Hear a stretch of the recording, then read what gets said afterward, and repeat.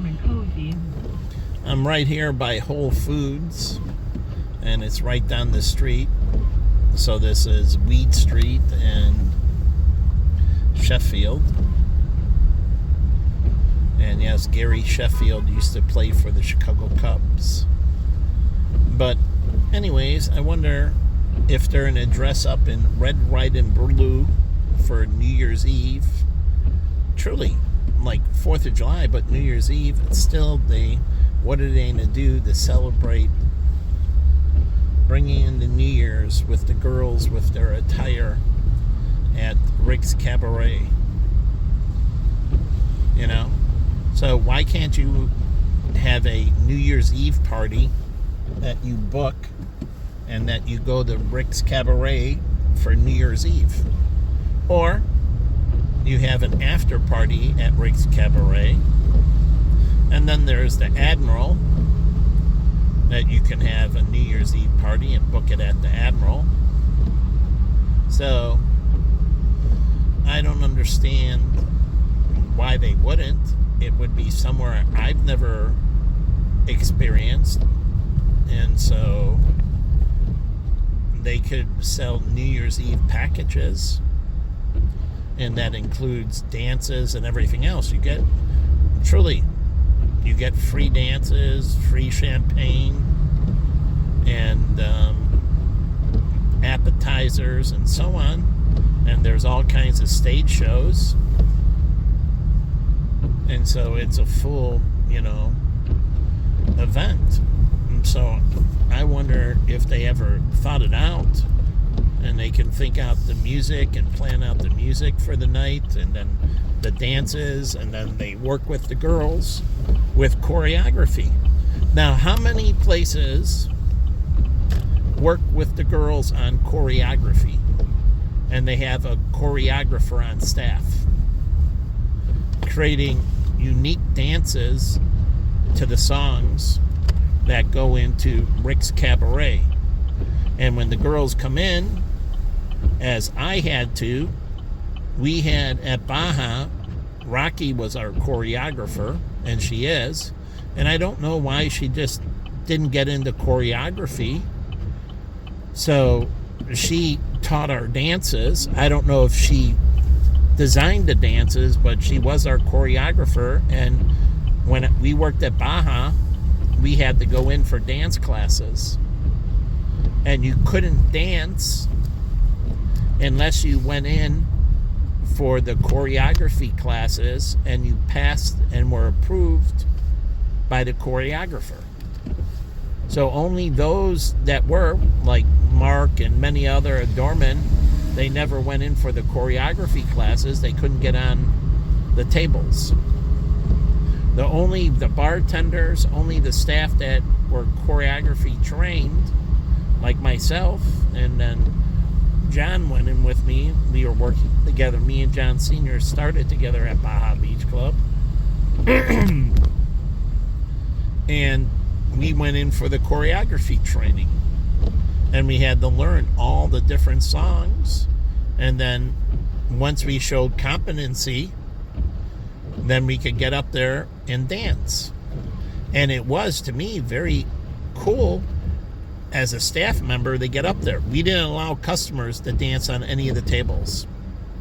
If they wanted to, they on the dance floor in that, or by their table, they could dance, but they couldn't stand up on the tables because it was a liability. And also you could get up on the DJ booth, but customers couldn't. Staff could for the scripted songs, and they got up on the bars as well and danced to the songs, but it was only staff. We weren't putting up like at the place on Lincoln where they used to spray the silly string and everything. They used to get customers up on the bar dancing and everything. Well, it's exciting for the customers, but it's a great liability. They can just dance on the floor to the routine that the bartender and cocktail waitresses are doing. And if the customers want to come in, just like at Disney, you could learn the Macarena. They had their people dance the Macarena, but they also taught it And then there's a club called the Wild Wild West that was in Tucson that you can come in and learn line dancing. And this is just for customers, and you can learn the line dancing. So you come in during the week and they would teach you the dances. So when the weekend, when it filled up, you could go on the floor and join in, and you could do the line dances. And truly, it was awesome watching the people because you trained. These are patrons coming in, and this is a recreational thing, but they love going there, and they would be able to do all the different line dances. Now, the DJ broke it up. It was line dance after line dance after line dance. They broke it up so everybody else that, didn't, but throughout a several hour period, they would have 2 to 3 line dances. And they would mention you could come in on Monday and Tuesday in the evening to learn the choreography. And so, no, they don't give any freebies or anything. The point is to be able to go on the floor and join in, because you had to learn the choreography, truly, to be able to go on the floor for the line dance songs. And it wasn't the staff, it was all the customers. But the customers had to learn the choreography and get approved, and they did the work, and then they could go on the floor. It's like Dancing with the Stars. They have the professional and they have the amateur, and the amateur has to learn the choreography. Well, this is the thing. They learned the choreography. So, yeah. The NBA is 82% off topic, since I'm seeing the black guy. 82% minority. The NFL is almost 60% minority. Both of them 75% black and 57% black. And that's just there. And then all the black entertainers and everything else, black radio talk show hosts, and WGN I'm listening to, the black guy who had the mustache, he was the lead. He was on the nightly news for WGN forever. And then there's Micah, Michelle Rutherford, and everything else. And why should I feel sorry for them anymore? I have no pity for them anymore. I look at him as just a scumbag. Truly. All those HBCs, and then I pulled it up. The majority of all the Division I scholarships go to black people, black male and female. So the majority of Division I scholarships for football and basketball and all that go to blacks. That's full rides. I used to talk to them just because they don't take it serious and they think everybody's going to make it in the NBA. And I used to tell them differently. You hope for the best, but you prepare for the worst. That you're going to get injured, that you're not going to make it, and you focus on your education. But that's not what they did. And so all of a sudden they didn't make it, and they spent 4 years or 5 years, and they didn't study. They had free tutoring. They had all kinds of educational assistance. Unbelievable. And they didn't take advantage of it.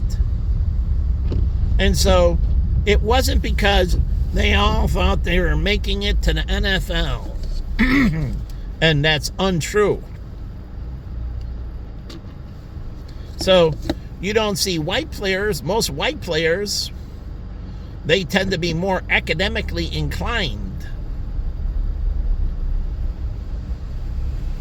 So, again, still, they need to do a lot better. But my friend Court and all them, they came out with an advanced education. Truly. So they could fall back on something. So if you start knowing all this that was available, and then just because they didn't do it, why should I feel bad for them when I got none of those advantages? None. I could have been a full scholarship player, but I didn't. Just like my friend Costa. He played football at the University of Arizona, and he had to leave. I told him to get a job. And this is why, telling the truth, the athletic program at ASU, Arizona State, the black kids would come up, and now they have scholarships, but they want side money. And they would do criminal acts and get involved in the criminal things to make side money. No. All the athletic programs should have work-study available through the athletic program, and they place them in jobs. They can go work for, Spalding. So the tennis players can go work at a tennis shop. The golf team can go work at a golf shop. The football team can go work at, Dick's Sporting Goods store, and they can sell cleats and shoulder pads and all kinds of stuff, and they can work in the maintenance of it, taking them apart, cleaning and, redoing the shoes, repairs, and so on. Like I told Corey, stop doing illegal drugs, the thing, and go into the bike shop, and don't stop stealing bikes and go in, work for a bike shop. You get a discount, and you're really good at bikes. You'll get promoted, and you can do bike sales, and you can make a ton of money, and you don't have to worry about the cops. He used to repair bikes. I could work at a bike shop. I used to take apart and repair bikes all the time. And I could sell bicycles. They made a lot of money selling bicycles. But you start telling these people, and the point is, what can I do? But if I could just be more forceful with them, I could have changed it. Maybe I should have just said, if you don't do it, I'm going to beat the living shit out of you. Truly. Maybe if I had to redo it, taking him by the throat and threatening him and going into the bike shop and going to different bike shops and signing him up, I would have done that for him. I would have literally helped him out, taking him to the different bike shops. I had to do resumes when I was in college. I applied for my own job at 6 years old. Do you know that? I had to fill out the forms and everything, the employment forms and all that with my boss at 6 years old. I was a W-2 employee at 6 years old. Now the thing is, there's the exemption from FICA because you're under 18. They don't start collecting. But I had to fill out all the forms. Do you know that? I learned about taxes as a 6-year-old. But again, withholdings, I was exempt. So I never filed a tax return. But I had to file all the forms and everything. And I learned as a 6-year-old. All by myself. My sister, my mother, my father didn't. But I watched my father do his job. And I learned before 6, going into the cab stands and everything, watching him talk to the people, pick out the cabs, the fares, hanging out with his buddy Jerry and that. And I could apply for my own job. How many 6-year-olds go search and apply for their own job and fill out tax forms, get the job, interview for the job. I had the interview. I got hired. And then I had to show up. And truly, I had to be there by 3 in the morning.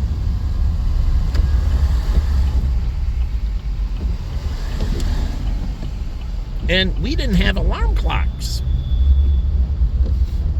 So I just learned to wake up. So I don't get it. When I was talking to these 2 little black kids, their mother was having a hard time. I said, you got to get a job, both of you kids. You know what they said to me? They didn't get smart. You're right. We need to find some income. Mother's having a hard time.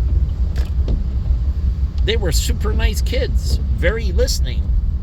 They came into a place that Jen found that was a restaurant, that was a soup kitchen. And I sat down and talked to the 2 boys about taking responsibility. I said, your mother, she can't handle you right now and the responsibilities and that, and you need to step up and be a man way before you need to be a man. And if you do this, you can put yourselves in better places. I don't know what happens, but I would have liked to help them out with a job. Truly. But again, find out all these people around that go out and apply for jobs at 6 years old. Their own jobs, not their parents showing them or taking them or anything else, but going out, finding their own work. My brothers and that worked for Chris at the newsstand. I went on my own. My brother Carl and Richard worked there. They didn't help me with him. I went up there and applied on my own. He hired me. But Dick Libera for working at the Park District. My brother didn't, but I knew my brother worked at the Park District, and I applied for it myself. I didn't help him, but Dick helped him, and they didn't help me. I just knew he did this, and when I became that age, I applied for the program and got the job. So it's the same thing. So I learned, like I did all my college planning. I was planning all my high school planning by myself. So I was going to either go to Gordon Tech or Lane Tech. And I was preparing for the entrance exam. Because Lane, you have to, is a magnet school. But I knew I could get a scholarship at Gordon Tech for football. They offered, tuition discounts, per se, for athletics. You know that movie, Finding the writer with the black kid that plays basketball and he gets the full scholarship to the private high school? Finding Faulkner, I think it is, or something like that. But it's a true story.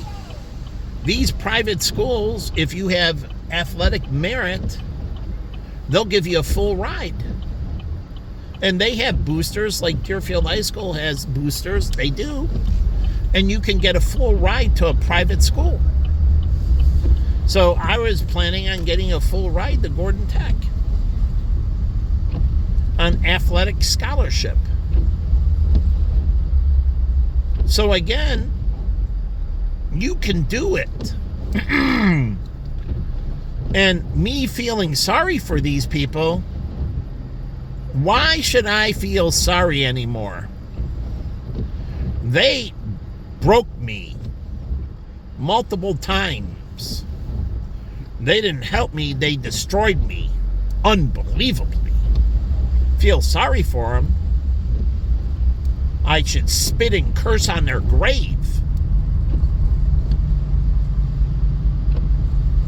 So I don't get it. And I watch Isaiah Thomas, like my friend Jeff. He grew up in Camden, New Jersey. And he grew up in the ghetto. And he introduced me to the Camden Connection. But he came from the ghetto. And he went to the University of Arizona, and he walked onto the football team. And yes, he was doing illegal steroids. And he was. But besides the point, he walked out, made the team, and he talked about these basketball players that came from the projects that made it out. Like Derrick Rose made it out. He just screwed it up. Big time. He allowed his brother to manage him. Look at Sergey and Larry. They were running Google, and they told them, you guys are great idea guys. You have no idea how to run operations. And this is what the venture capitalists told them. And they said, if you want our money, you find a professional CEO. You guys are not professional CEOs. So if you want the money, you find proper management. And they're like, that's great. Okay. And we'll find proper management. And they hired a professional CEO, and they stayed in their lane as inventors. Larry and Sergey are inventors. They stayed in their lane as inventors. They had somebody else do the day-to-day business. That person ran the corporation incredibly well. And Google flourished. That's what Steve Jobs did. He found somebody else to do the day-to-day, to professionally manage. Well, he kept on inventing. So there are people that are designed as grunts, worker bees. And then there are other people that are perennial inventors. And they do this, and that's why Apple became so big. But the thing is, like Microsoft, it got to a point, but Bill Gates was doing too much command and control, and that's why Google surpassed him. Because Bill Gates started getting into the nitty-gritty of the day-to-day, and all of a sudden Google Docs comes out, Google this comes out, Google that, Apple this and that, into the phone market and all. And then Microsoft starts losing massive amounts of shares, because originally they were focused as inventors, but as the companies grew, they needed to be managers. They should have just brought other people in to manage, and they should have stayed in their lane inventing. Here's ABC going to be at Tao, and they don't have a digital sign here letting you know New Year's Eve here, with, I think, ABC's going to do their first remote here in Chicago, and they're doing it at Tao. So people don't take the freaking crosswalk and wait for the light. And then you're supposed to be blamed? It's not your fault. They walked into you. That's another thing. Going around Chicago, black people walking against the light all the time. You know how much grace they got? It's ridiculous. How much grace. And then how many people, black people, got hit and they sued the people driving and got big settlements. And then because the hospitals are so good, they recovered from those settlements. So I believe there's a lot of black flim-flam men out there. Truly. As my friend Michael, he got scammed. Now, he's an Asian, but the girl who jumped in front of his car, so it was snowing out and slippery. And he was turning the corner to deliver a pizza, so he made a full stop and then was making a right, and he was going slow and the girl jumped out and they slapped the car. That's what they do. They slap it, so it sounds like you hit them. And She slapped the car and she fell down backwards. Now, this girl happened to be an Asian girl.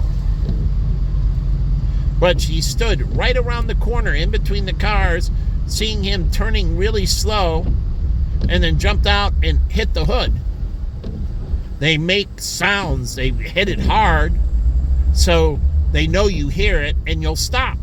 You're like, oh my God, I just hit that poor woman.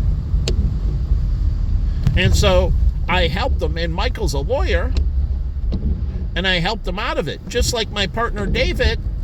Now, this was a black girl. It could have been a white girl, but it was a black girl at a gas station, not a gas station, grocery store in Oak Brook, and he was backing up, and all of a sudden he hears this boom. And then the girl's laying down. Oh my God, you backed into me, you son of a bitch. So does your reverse camera record? Your reverse camera on the car, does it record when you back up? It should be recording everything. It would have been that way with my Volkswagen when the guy backed into me at Costco.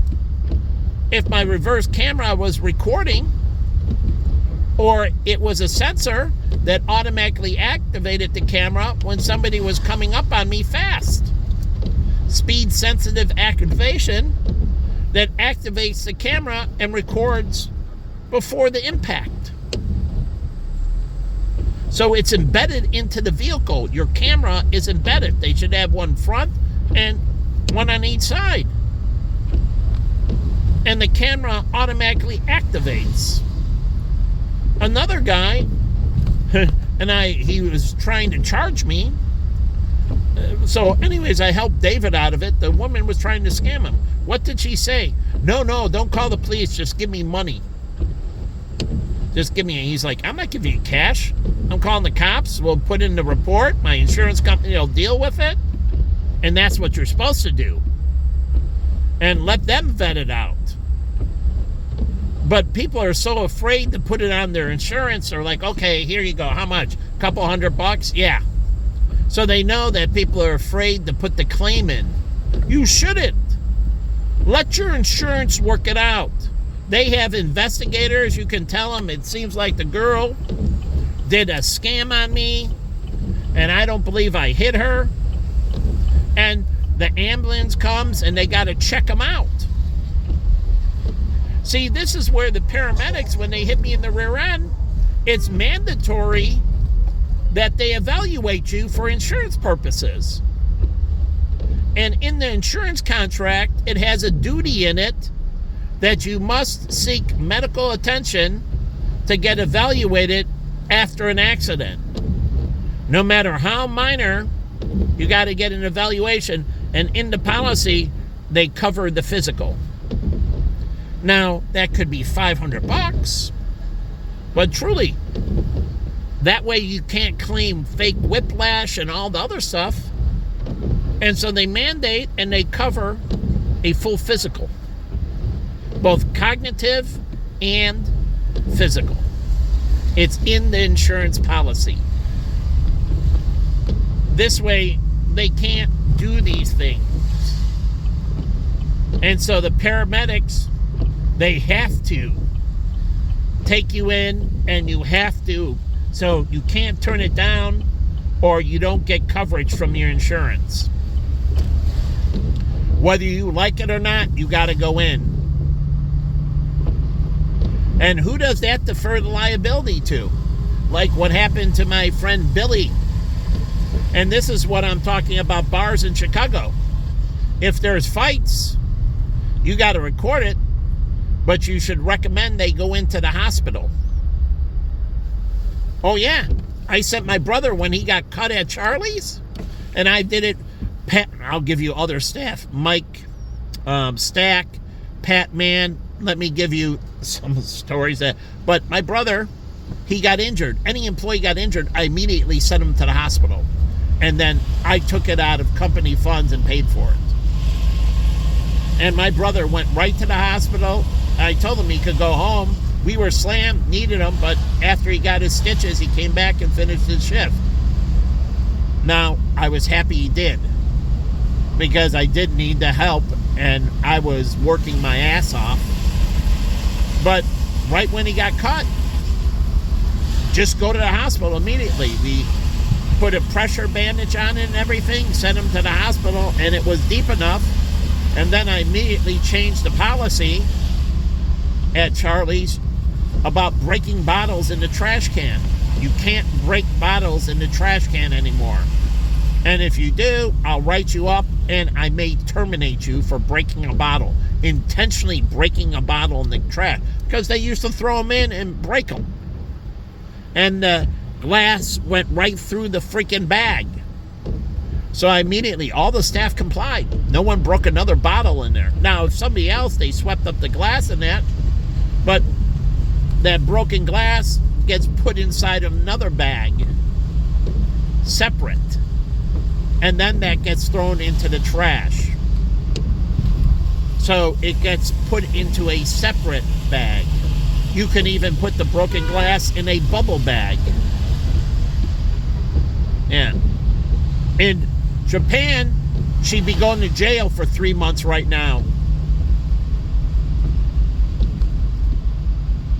You know, when you get a nuclear bomb, and this is what you don't understand about Japan or places like in Eastern Germany. Western Germany tends to be liberal. Eastern Germany, and we're talking the eastern part of the country. And really, we're talking truly more West Germany, the east side. They're unbelievably conservative. But you got to understand, that's the industrial base, the hard-working base. This is where they do all the manufacturing and everything else. West Germany is where they did all the partying. And you get this in Italy. Northern Italy, Southern Italy is where they did all the partying. They had the clubs and they had the fashion industry. And this is where you get all the homosexuals and all the liberals. Truly, you get all the pedophiles and everything. In Northern Italy, they're like Eastern Germans. That's where you get the auto manufacturers and cheese makers and everything else. And agriculture is, and they're highly conservative. Unbelievably conservative. They don't believe in anything but the traditional family. They don't get into all that stuff that happens in Milan and that. To that, it's an abomination. They stay, it's like Western Germany. The Eastern Germans stay the hell away from that stuff. It's an abomination to them. They're incredibly conservative. In Japan, that's why you can't find an LGBTQ, and you keep on wanting to and preaching it. But people remember the nuclear bomb, and they remember Japan and napalm, and whole cities. Tokyo went ablaze. Do you know Tokyo went ablaze from napalm and that? And the older people remember that. They don't. Like my Korean friend, and you keep on wanting them, they remember the Korean War, the older people in that. They are so anti-LGBTQ, it is unbelievable. But they remember all their people dying in the country and to repopulate. These people are pieces of garbage down here. Support them and you perish in eternal damnation. But the movie industry doesn't understand that. But we stick them on the front line and they die like Pat Tillman, then you think, oh, that's right. And this is why this country had to support so many immigrants, because we went liberal. And why Korea is dying, because they went liberal, because the younger generations, they didn't grow up like Ross's mom or grandma, my friend Ross. She grew up in the Holocaust. She believes in traditional family. God rest her soul. Very good lady. I've been around Holocaust people that fought in World War II, and they talk about the baby boom and traditional families. LGBTQ. There was no LGBTQ. That wasn't an option. But these liberal pieces of garbage, they don't understand that. And this is why we have such a country of violence. We bring in so many people because we don't produce enough of our own. And these people don't come in with the same morals. So we got the Italian mafia, the Russian mafia, all these white criminal families. We got all in Chicago, all these white gypsies that were incredible thieves. They stole from Lori's children. Unbelievable. They couldn't catch them. Security couldn't. High speed, you need super high speed cameras with these people. They are so fast with the hands, but if you put in the ultra high speed, 1 trillion frames per second or something like that, you'll catch them all. It's just they're so fast because the old cameras were very slow with their frames per second. But you'll catch the slip and fall people, all of them, with ultra high speed, catching the minute movements. Now, this is bad for musicians because you'll catch the sleight of hand. So when you're shooting it, you can't shoot it with ultra high frames because they'll see the illusion unless it's somehow hidden. But again, they don't remember all this hardship. And this is why I emailed Ms. Park and I told her, there's no LGBTQ in North Korea. God forbid. And you keep on supporting these pieces of filth. It is unbelievably disgusting. And we run into all these problems because we get people who don't fit in. And we don't vet them to fit in. And we rely on so many other countries. What are you going to do when prosperity, as I showed you, Mexico and all these countries have massive labor shortages? They need labor. So what are you going to do when you can't get any more immigrants? India, China, they're the biggest countries in the world. And they have labor shortages, huge and growing labor shortages. And that's why Ping had a problem with massive wage inflation.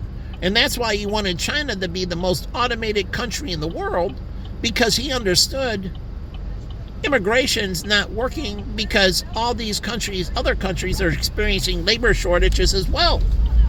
He was ahead of the rest of the world trying to make China very automated to take wage inflation pressure away. But does the Fed talk about that? How automation can take away can take away inflation and bring down or stabilize the cost of goods? But the president of China, and I published this on Facebook, he understood. And he has 1.5 billion people to deal with, and they don't have enough. They have 1.5 billion, and now it's the same in India. They have 1.5 billion, and they don't have enough people. So the only way we get around this is with automation, efficiencies. So people getting better education and can process, like typing classes. Truly, like I took in junior high. They need to take keyboards for computers and have typing classes, and not only in elementary school, high school, and college. So they can do 100 words per minute, 200 words per minute. Truly, be incredibly fast. Or like JJ, he zigzagged at the ability to swipe your hand back and forth. But do things unbelievably quickly. So they need to be teaching this speed, and that builds the mind and builds the dexterity. So we need people to be able to process things like never before. So it's not all a computer. It's humans being incredibly efficient at what they do. And that's what they need in China. That's why the University of Chicago opened up in Beijing, and my ex-Jen spent 6 months in Beijing, because he knows he needs them to be higher educated so they can be more efficient at what they do. So they don't need to bring in people. So again, they have all kinds of issues, and it's literally every country in the world almost is having labor shortages. So what are you going to do when the rest of the countries get on board and they experience prosperity and start experiencing their labor shortages? What is America prepared for when you can't get anyone? You have to outsource to those countries, because that's where it's going. That you're going to have less people moving around and you're going to have more outsourcing. So all those placement firms need to convert into outsourcing firms. They need to be the middleman to find the call centers and outsource. Truly. And you're a go-to, and you go to this outsourcing firm, I need a call center. So I contact Manpower, who is a labor firm and has an outsourcing component. And I say, I need a call center, and I want them to be on daytime hours. Okay, well, we can place it in China, or we can place it in the Philippines because of the time exchange, or maybe in Europe because it's 6 or 7 hours, or if you East Coast, it's 8 or something different. Is that time difference good enough? Sure. Do the search. RFP, request for a proposal. You send them a request for a proposal. Find me suitable call centers around the world, and they do all the work for you. You don't have people, they do. And so they go around and they see these different call centers and determine if they're right for your proposal. And then they put the proposal together and they come into the corporation and present the proposal. Here's Vietnam, here is Thailand, here is, and this is a cost here, this is the cost there, so on and so forth. Do you need multiple languages, or is this just English? What countries are you targeting? Because they need all that in the RFP, which I learned a lot about RFPs from Jennifer Kim, because she dealt with RFPs. I didn't deal with RFPs. I dealt with profit and loss statements. And I learned how to build requests for proposals. But what are we going to do in America when we can't? So we have to incubate our own Asians and our own blacks. Truly, and our own whites and our own Hispanics. Because eventually, that's what it's going to be in every country around the world, that they're going to have to incubate their own people. That's what the labor shortages are leading to. So those firms become outsourcing firms. They can do job training as well in countries. They can take all their job training that they did for the migrant labor, and now they become outsourcing and job training. So you can send them for team development to Manpower. And they'll bring them in and do this team development stuff. And they'll take them here. That's what Outward Bounds is, right? You're building this team development. So Manpower does team development and outsourcing. So it will eventually be fungible, and there will be very little people moving around. Truly. The countries will need all hands on deck. So very few countries will have excess labor. So again, this is where it's moving. So we can't afford any bums on the street. We can't afford to have a population that's high in alcoholism and drug addicts and everything else. And I go back to China and I studied the opium dens and that and how it collapsed their economies. All that lost labor. Those people were sucking down the opium. They didn't go to the restaurants. They didn't go buy clothing. They didn't do anything. They didn't clean their houses. They didn't maintain their, structures or anything. It destroyed. It was incredible decay. And so the Chinese economies couldn't get out. And what did they do to get out of it? They started killing people that use drugs. You distribute drugs, you were dead, and if you use drugs, you were dead. They killed both sides. And yeah, a lot of lives were lost, but it pulled them out of that economic downturn. And it pulled them into a more prosperous nation. And so they had to pull themselves out of that hell from opium. And that was imported from Afghanistan and that. And yeah, it could have been brought in by the Europeans. Probably. I don't know. That opium came from Afghanistan and countries like that where they grow the poppies and that. So it wasn't grown in Europe. But they knew about it, they imported it, and then they brought it over on ships. And drug addicts, they'll do everything. So prostitution, human slavery, all that stuff, like Less Than Zero, it all popped up. I'm trying to see the casino where it's at, if I can see any of the structure. It's got more floors. But these liberals, they don't understand this stuff. And I'm not against liberalism. I love art and statues and focused and that. But, again, not the way they think of it. And so, God forbid, Japan, they're already in a 20, 30-year problem because the country wanted to go more liberal.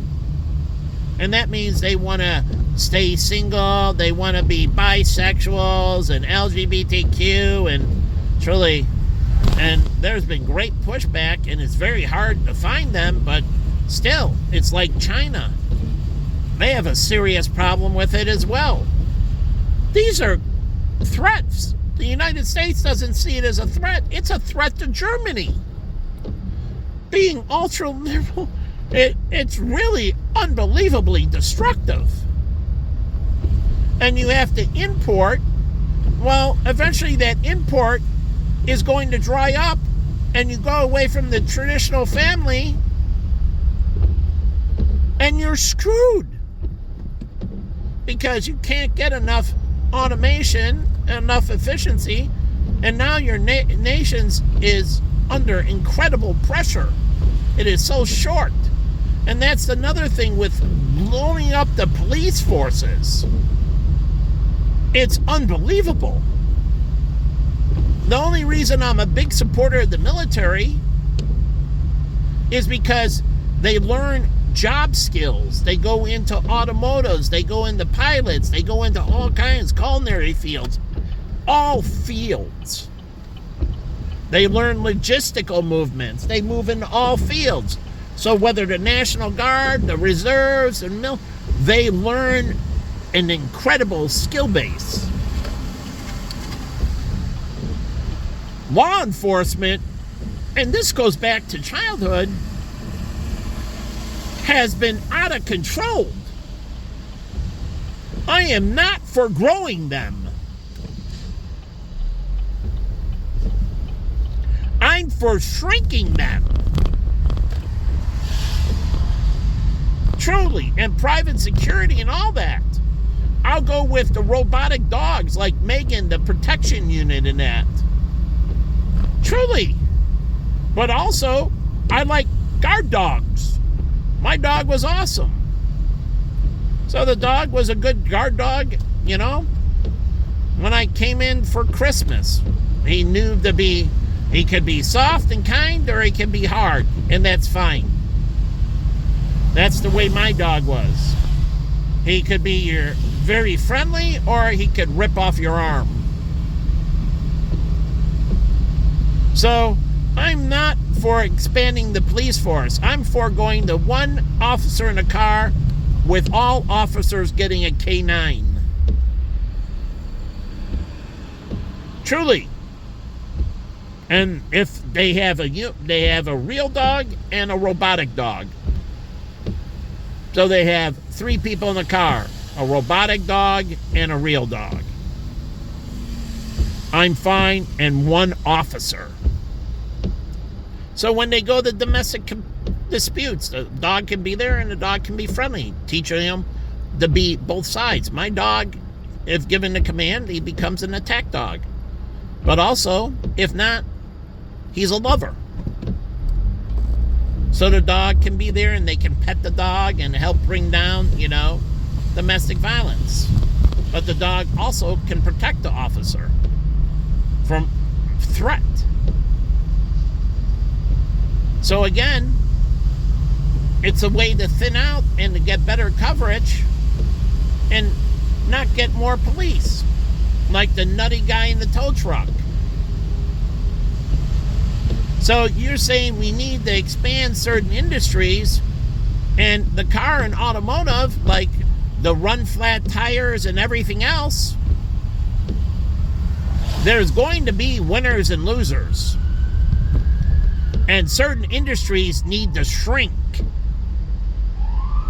so other industries can expand, like our data centers and quantum, so on. So other industries need to shrink. And we need to reallocate labor.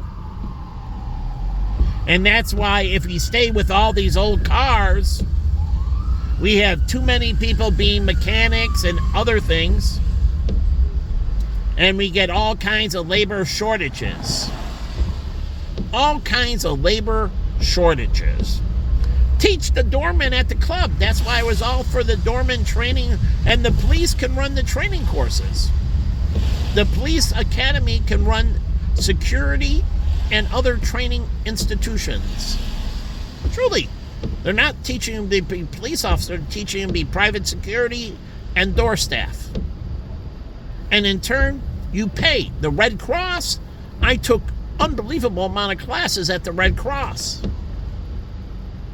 And they make a lot of money teaching you to do CPR and everything else. And plus, I took it other places. But again, they make a lot of money in training how to give infant CPR and everything. So, again, I took it at the Red Cross, but I also got trained at the University of Arizona as well. But the whole point is they make a lot of money from training. So can the Chicago police.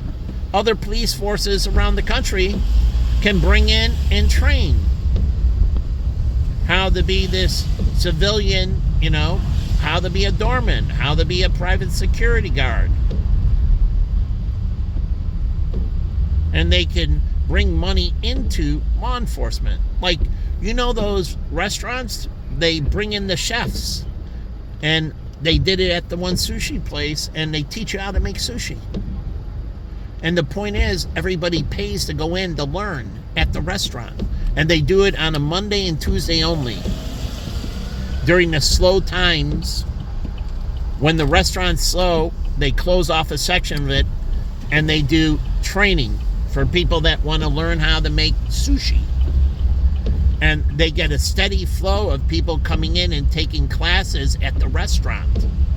How to cook pasta. They weren't worried about that because you want to get out of the house. People feel cooped up. So you only do so much in-house, and eventually they want to do it like Jen. She learned how to cook. I taught her how to cook and everything, but we ate out a lot as well. And we ordered in. It's the same thing with my sister. She grew up in restaurants. She knows how to cook. But she orders out a lot, and she goes out to restaurants.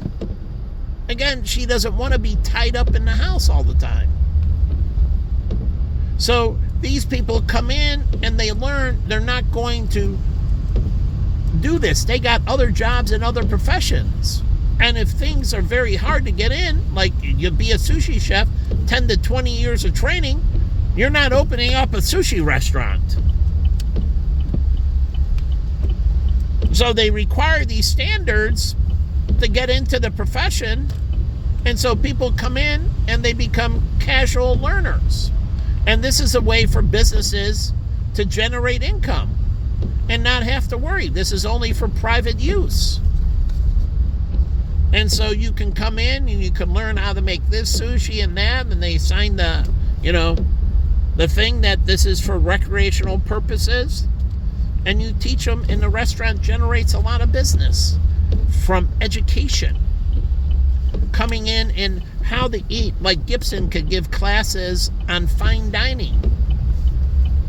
Truly, how the etiquette, the different wine glasses, the different cutlery, and all that. How to order off the menu correctly. How to do proper pairings. And what happens? People come in and they're more efficient at ordering.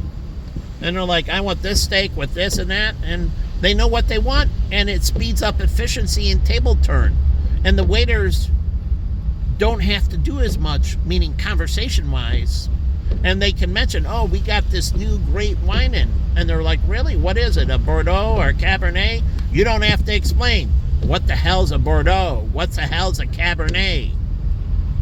They already know.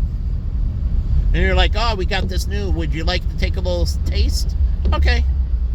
And they know how to smell it and taste it. And then they don't return it and have a bad experience. I'm like, oh, that's great. And they understand pairings that, more fatty, you need more tannin. Less fatty, you move to a white wine and things with less tannin. Like fish and sometimes. But salmon, red wines go nice with salmon because they have heavier oil. So not all fish, it depends on how oily the fish is. But in general, most of the time with fish, like sushi and that, a lot of times you don't have a lot of oil, but fatty tuna you do, and you can use red wines with fatty tuna. So you would pair it up. How many sushi restaurants sell fine wines and have a sommelier on and pair it up? Nothing. But they can.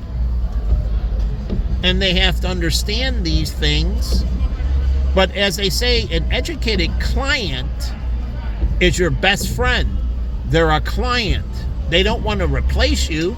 They don't want to do what you're doing. I used to tell doctors, like, you can do what I'm doing, but you're going to be a shitty doctor. So why don't you spend your off time on reading medical pieces and going to medical conferences and be a better doctor, and I'll be a better financial planner. So you do your job and I do my job. And they agreed. Because style drift. And now you're not so good at the doctor, and you didn't read that latest piece, and now you're getting sued for malpractice because you're off doing your options. So I used to tell Dean that and everything else. I'm like, why don't you focus on that? And if you do, buy a few electronic stocks. And that's what I told him. So he bought an NVIDIA and some others, but he would only buy. I said, that you can do a few of those, and the majority of your portfolio will manage. And that's what happened. He had his nice little thing. He did a little of those. But what did it do? He stayed up on his industry. And I've told that to doctors. You do this type of surgery. Okay. Why don't you go look at the new inventions coming out in this area of your medical field? Truly. They're coming out with this graft. You're a transplant surgeon. And so go read pieces on new inventions. And if you want to invest in one of them, that's great. You can do that. You do it every day. You can read pieces. It keeps you up on your profession. And you can buy those stocks. And we'll carve out the portfolio. And we won't do any of this. And we'll give you all the consulting. We'll charge you a wrap fee on your portfolio. On that portfolio. So we have the portfolio we charge a fee on. And then the other one, we charge a consulting fee. So you want your Morningstar, you want your analysis and everything else, we'll give you all the information so you can make your purchases in your own account. And that was the deal with Dean. And that's what I made with others. Like, you can do it, and I'll support you 100% in those things. And I get a 1 or so wrap fee on that account. Because we want to make sure you're purchasing the right thing. We don't want you to lose your money. We want you to make right decisions. And so we'll give you the background, we'll charge you, and as those assets grow in that account, we get a percentage in their own account. And they agreed. My clients agreed. You give me all the outside consulting in that, I'll do my own trading in this, and you can charge me a wrap fee based on the value of the account. Putting me in putting me as an advocate. So as they grow, I grow, and we win together. I worked this all out. I didn't need to get out of financial services. And I got them to get better at what they did. So if you're a DJ, go invest in music. And you can look at the turntables and other mixing things and so on and so forth. And we'll carve that out for you. And you can stay on the cutting edge of your profession. And we'll manage everything else that you have no idea about. So be the best you can be at what you do. Like cab drivers. Look at the cars they use, the systems they use. And if it's not public, it's private, we'll figure out a way to invest in it. Truly, by getting access to private placements. So again, do what you do and go deep in what you're doing. And let me do what I do.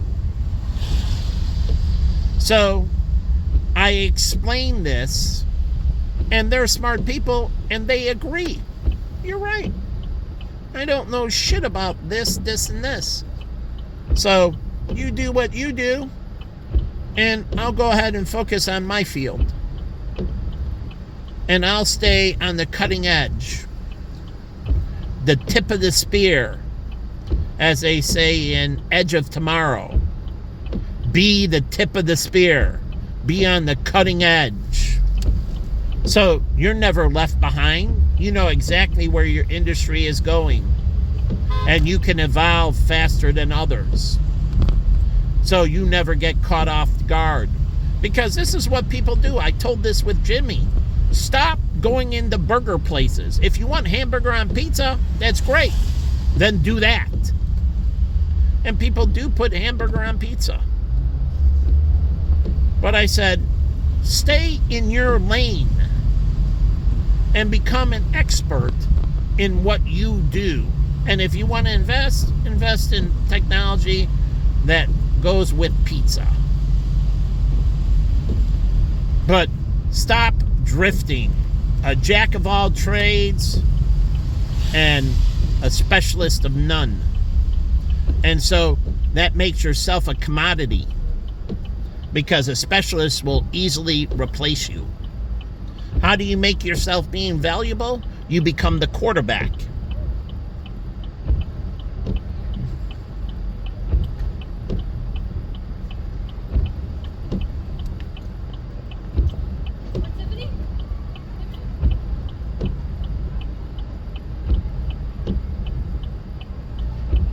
So you become the quarterback. I love the general practitioner.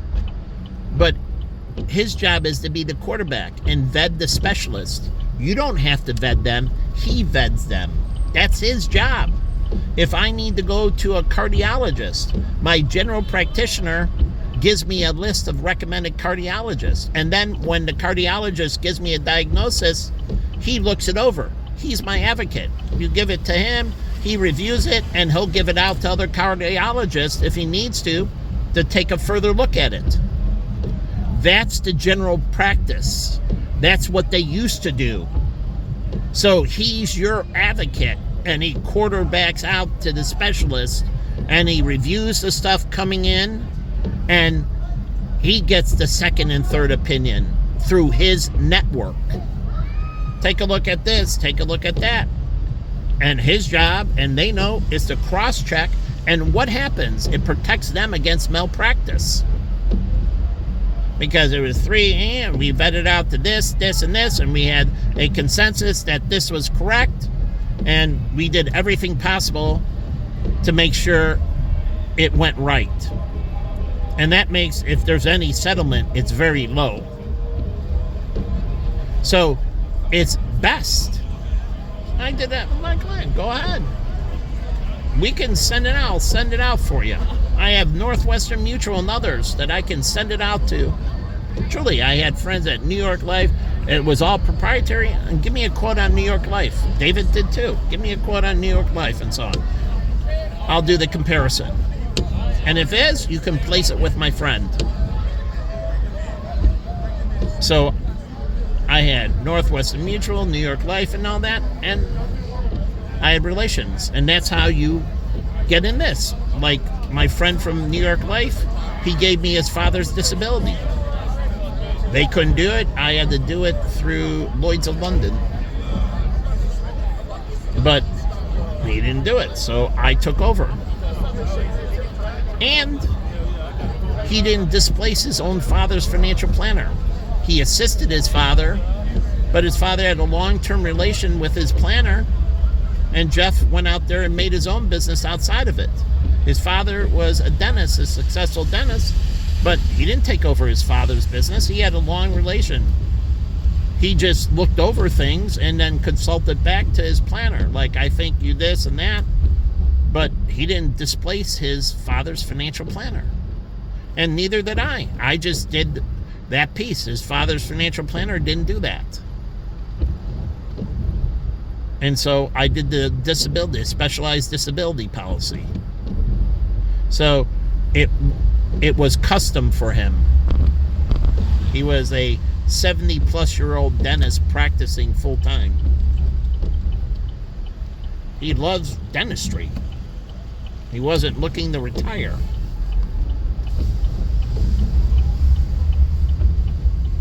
So, again,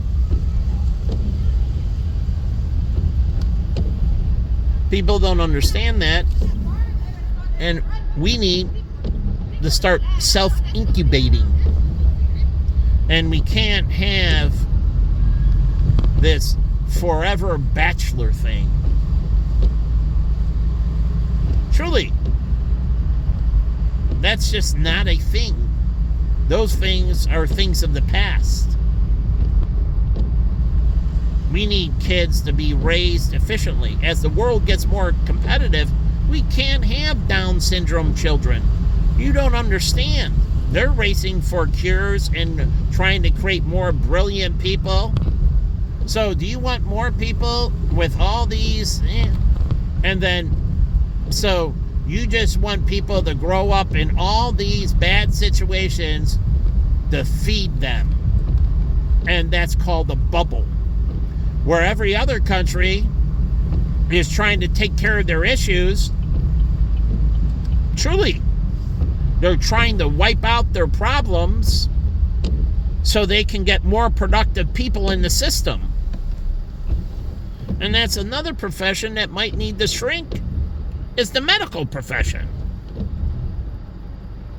We need unbelievable amounts of engineers of all forms. And they get paid well, and they need to study long. But truly, it's fungible. We had an oversupply of nurses in the state of Illinois. Did you know that? Before I did all the research, we had too many nurses. Too many nurses. We're a state that's kind of weird. We had not enough doctors, and we had way too many nurses.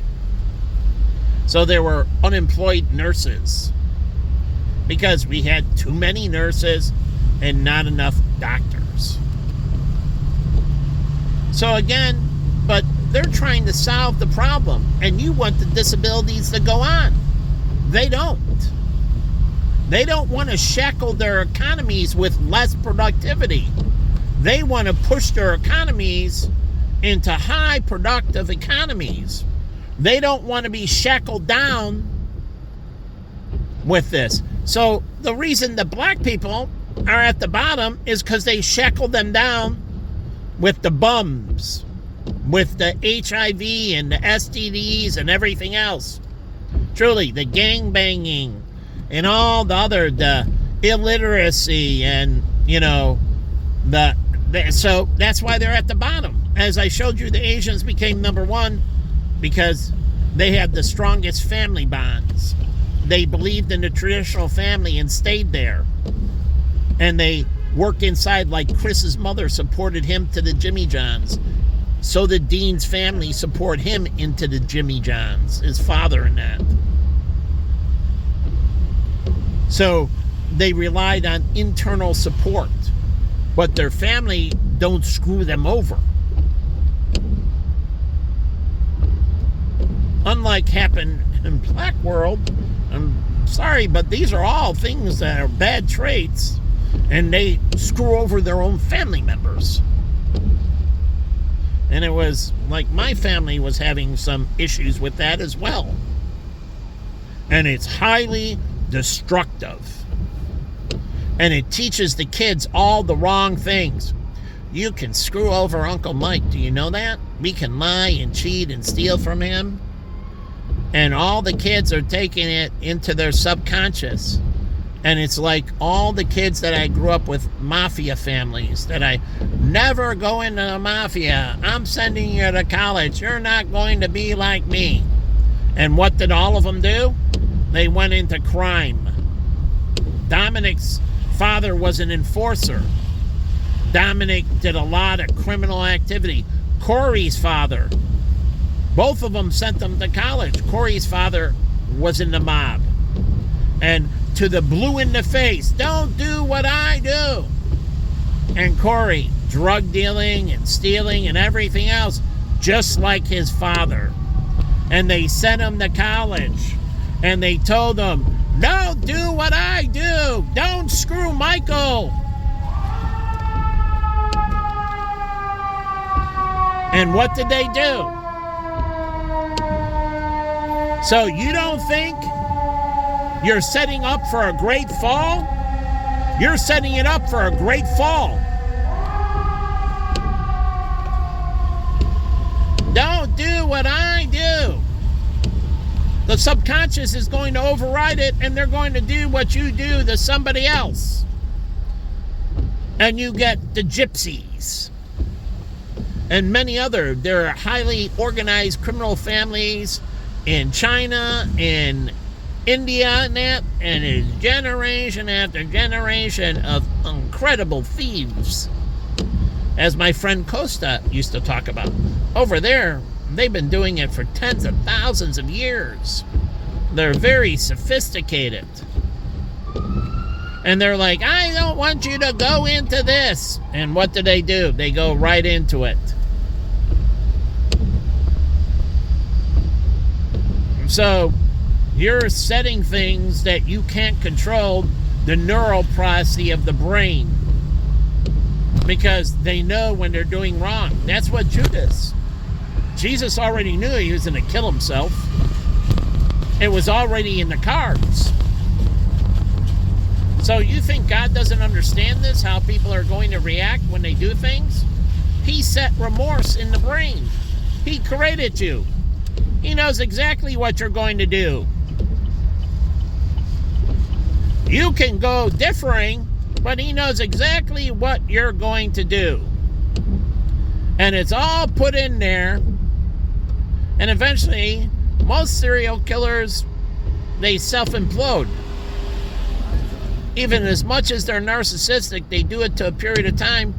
Like the Hispanic one, he killed himself. And many others, They basically do things that trip themselves up. And the subconscious does it. It's this innate sense of right and wrong. Some people have less of it, and it takes a longer time. But eventually, as me and David used, it usually catches up with them. And they start regurgitating out of pure guilt. As David used to say when we talk, it just weighs down on them every day like a ton of bricks. And eventually they just burst. Truly, they burst. They can't handle it anymore. And what do you think with Stalin and Hitler and all that, having anxiety attacks and everything? It weighs down. Kim Jong-un, same thing. It weighs down his father. It weighs down, and eventually it kills them. You say natural death. Now, they don't tend to live the longest. They live longer, but not what they would have done. The guilt just kills them. Yes, there are some exceptions that can hold it off longer, like Joseph Mengele, but he was still caught. Because he was trained as a clinician. Everything is research and experiment. But I showed you with Dennis and many others, they all eventually have breakdowns. Because when you're doing it, eventually you go nuts. So doing less traumatic procedures is good for the mental health of physicians. Good for the mental health of dentists.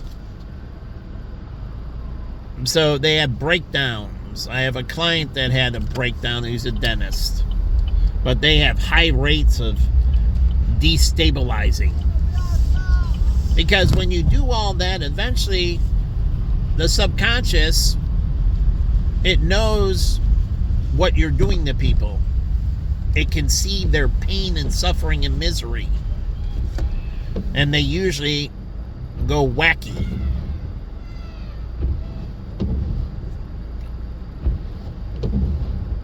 So somebody impressionating a bird.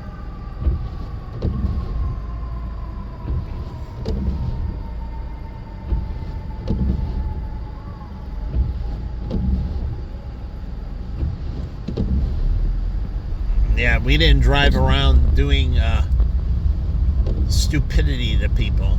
We got more important things to do in life, like going and meeting with friends and enjoying ourselves and furthering our career and furthering our life.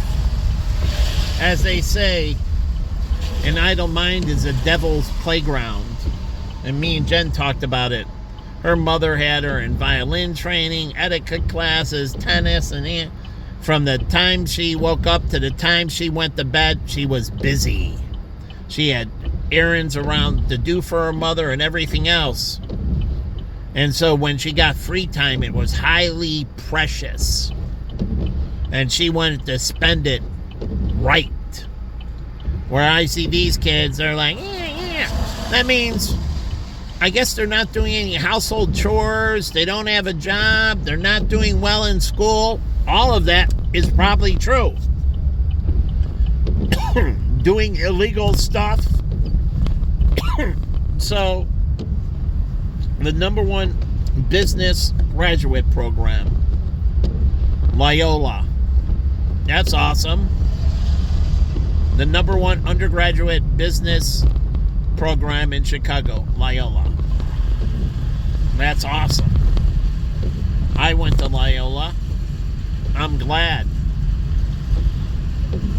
So, again, you don't understand ticking time bombs and what you do with the brain. And eventually, it weighs. And either they release it or they go insane. So, you'll have a lot of people going nuts. One way or another, either they release it and they do their testimonies, and that's why I said and witnessed a lot of people getting it off, from AA to Gamblers Anonymous to everything, getting it off their conscience, airing it out, addressing it. And you'll talk to any therapist. You store it up, it'll drive you crazy eventually. You'll go nuts. So one way or another, you're repenting to me. And one way is you just go crazy. So either way, I'm going to get my repentance. So, and one way is that you pay with your mental breakdown.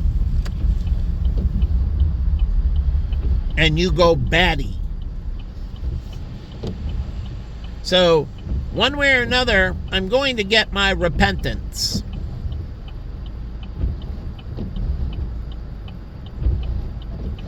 Indiana Jones, Raiders of the Lost Ark, that was a big one. So, live in concert. So, this is a theatrical play. It would be awesome. I saw one with Colleen, who I love the girl. Colleen and Dave. Dave's a great friend. And we went to a show, Indiana Jones. And the girl, one of the big lines was, "Quid pro quo, Indy." It was the Temple of Doom. Indiana Jones and the Temple of Doom. And a girl was playing the little Indian boy. And she says to Indy, "Indy, quid pro quo, Indy, quid pro quo." And that's what I say to you. I scratch your back, you scratch my back. I don't see my back being scratched by a very attractive lady.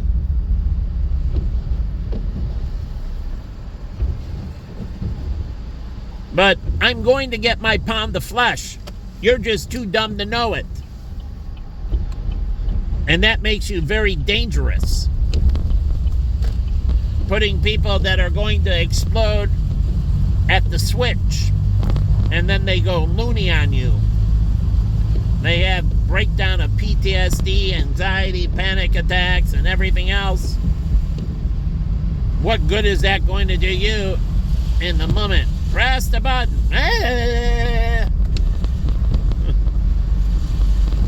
Or they're in there, "I can't do this. My conscience won't let me." Press the button. "No, I can't." Remember the movie with Denzel Washington? They had the debate. Now, I understand getting disconnected and their orders can change, but that's no longer a problem. But they have the debate, and then he overthrows the captain and then locks him up. Well, do you want that? You order that shot to be taken like American Sniper. Take the shot. Yes, sir. Taking the shot. Or do you prefer him to have a philosophical conversation with his, rangefinder? The guy who does the wind and the range and everything else, his spotter. And that, well, should we or shouldn't we? Maybe I shouldn't. And then that person moves and like, well, now I can't take the shot. Because they want to have a philosophical statement. That's the charge of the Light Brigade. It is ours to do or die, not ours to reason why. But you teach these people that they're all gods, and it's theirs to reason why. That's one thing that is a problem with a democracy. They're not gods. And it's a monarchy in heaven. He doesn't give a shit what you think. You don't know shit. And that's one of the problems with our country. We bring in stupid people, and this guy can cast a vote and he doesn't know shit.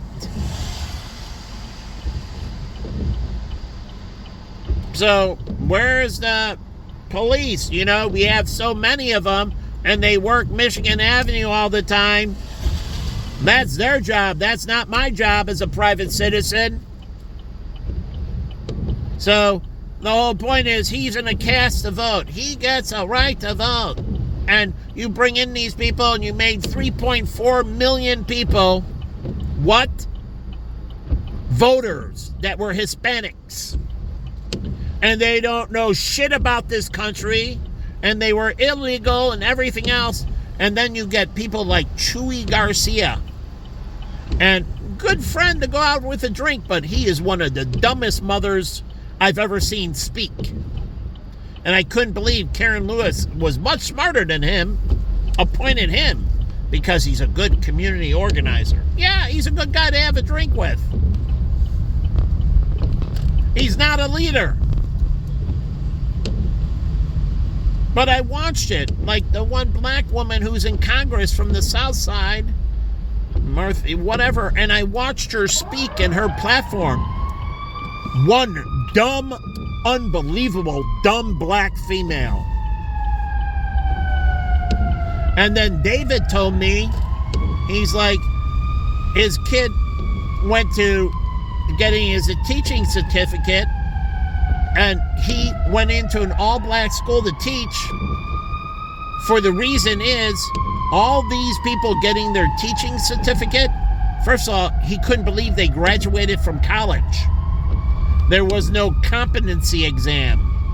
The CFP has a competency exam. I went through education, and then you have to take a examination to graduate. So you finish all your courses and everything, and I believe colleges need to have a comprehensive exam. So at the 4 years, you're going to sit down and take an exam, and if you don't pass the exam, well, then you're still staying in college, and you're taking refresher courses until you pass the exam. I don't care you passed all your classes, like with the CFP. They don't care if you pass all your classes. And I want the CFA to go the way of the CFP, where you take classes. And I want Kaplan to have the same thing. So the CFA becomes class-oriented, and you take risk management, and you take, that would be with statistics and so on, but you take classes for the CFA. So it has a whole adult education. And you go to this class and that class, and you have to pass every class before you can sit for the comprehensive. It doesn't mean you're going to pass the comprehensive.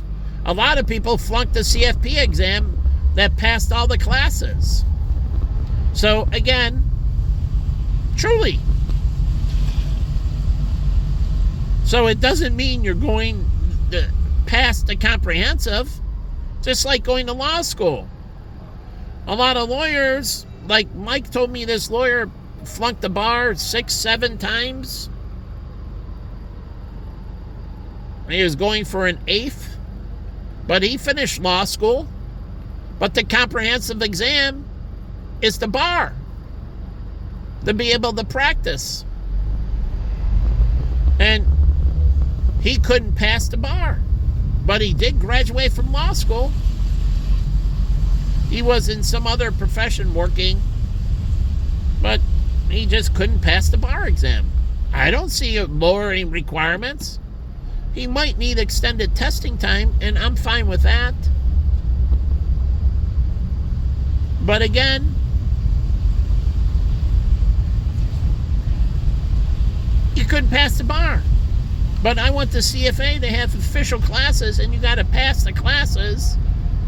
And so that creates adult educational programs at Northwestern, Chicago, St. Xavier, I took the CFP classes at. So it creates in the educational institutions advanced education. And not everybody, like Sheila took some classes and she didn't finish. But again, it creates this advanced education. So they need to go the way of the CFP.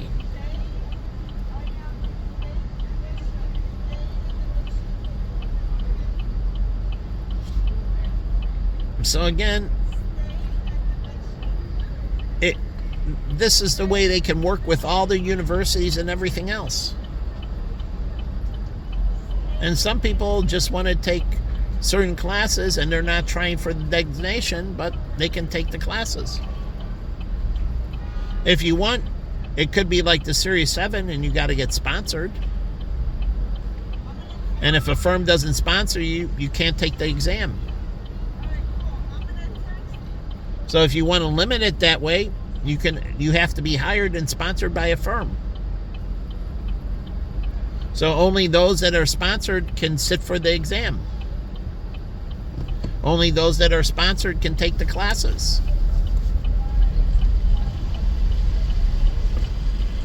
So it's the same thing. So you can't sit for the Series 7 or any of that without sponsorship. And so if you don't get hired, you can't take the exam. They have to open a window. So that keeps people out of professions too.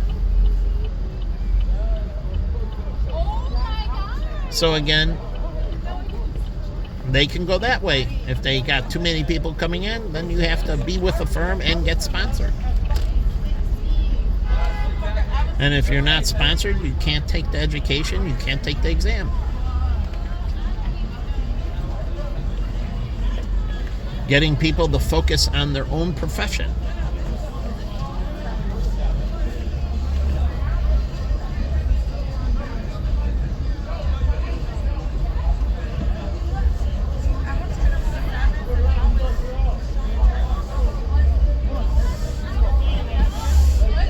So, this used to have a great crowd, and we had a great place that failed here, and it failed multiple times because the crowd coming in was horrible, and we had the alumni club and it didn't fit.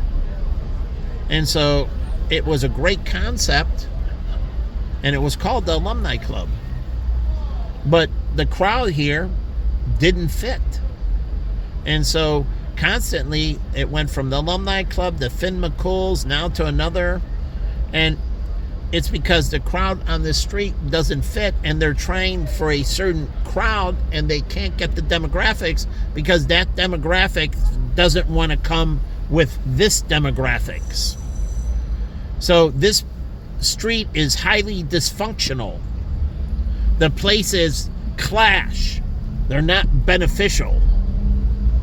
So the street needs to reconfigure because it is very dysfunctional.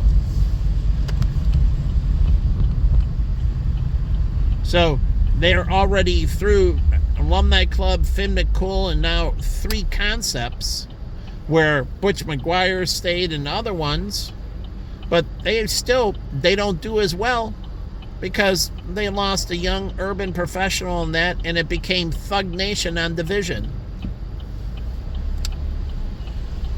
Truly. And you get all the thugs, and that causes an extreme problem. And then, do you want that type of crowd down here where you have the Maserati dealership and then you have the Rolls Royce and high-end cars and exotic? Now, you do have a Honda dealership, but you have higher-end dealerships, and this Honda dealership can sell the high-end cars, the Touring, of everything. So if I own this Honda dealership here, I would focus on selling all Touring, the Pilot Touring, the Honda Accord Touring, the HIV Touring, the electric Touring, truly. And then the BMW can sell its M Series. And you would have all the M Series here. the M3, the M5, the M7. So it goes with the Aston Martin place. So Portillo's, that would be the M series. Why not? You only sell M series at that BMW. You only sell touring at that Honda Accord. And you become the leader in selling touring. No LX, no DX, no other, just the touring. And so that goes well with the Aston Martin, and it goes well with the M5, because if they're going to buy a Honda, they're going to buy the highest line Honda. So they're going to buy the touring.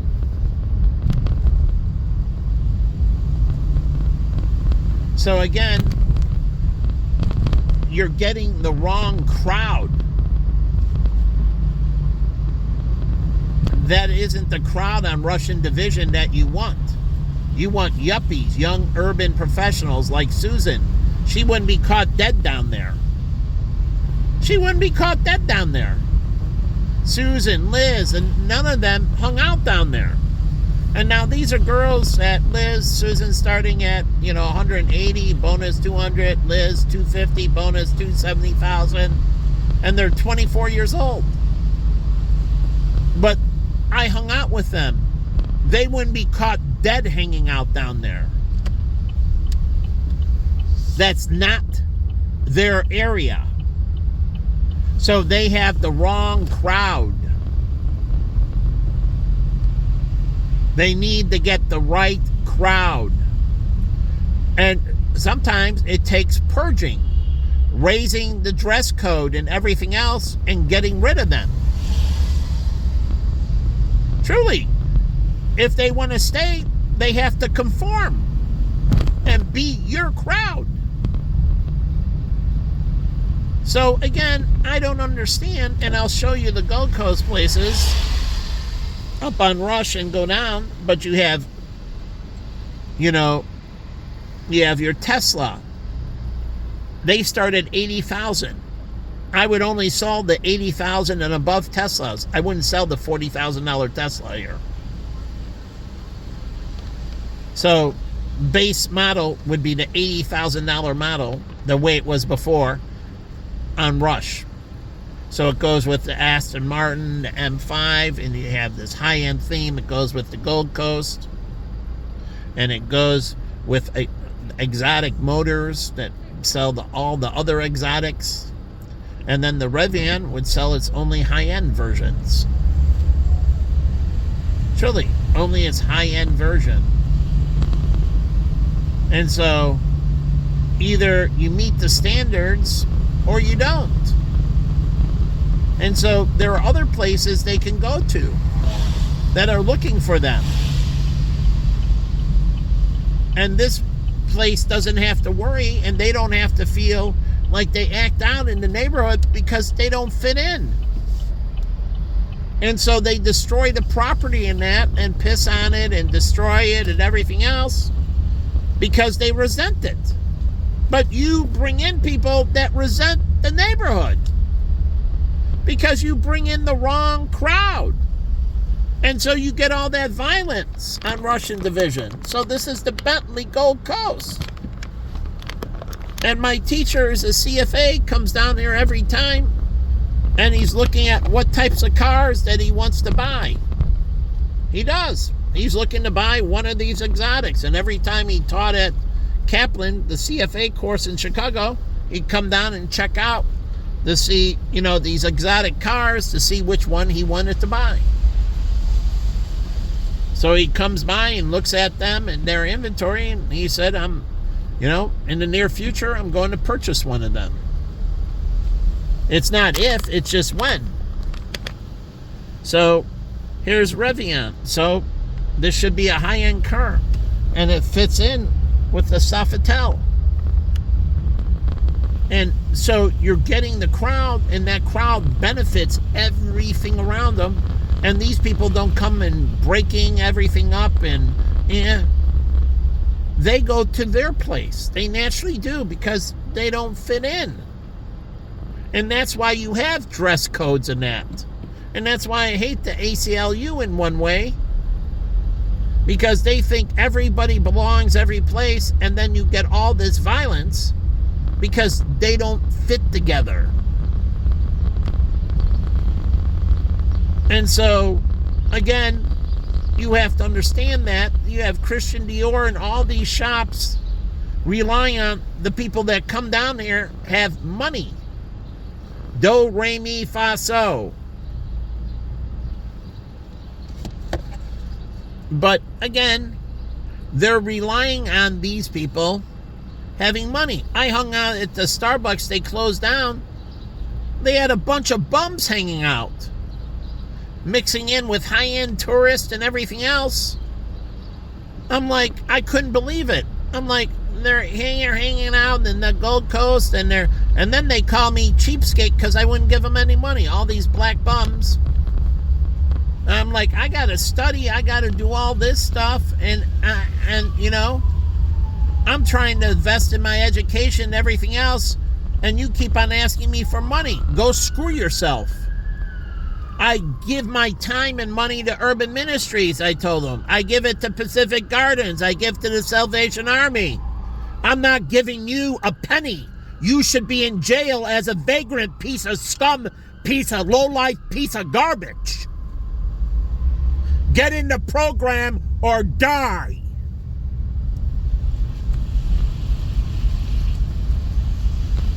So I don't get it. Me and Pete talked about it, about vagrancy. And how Chicago should start locking people up for vagrancy. But you want people to come from out of town, like the Venga bands that hung out on Milwaukee and would hang out on the streets and sleep on, and you want people to come in to be bums. Because when you don't enforce vagrancy, then you tell everybody that Chicago is open for bums. Come into Chicago. And when it was like Park Avenue, they started enforcing vagrancy, getting rid of all the bums. And then they started cleaning things up once they got rid of them, and property values shot way up. Get with the program.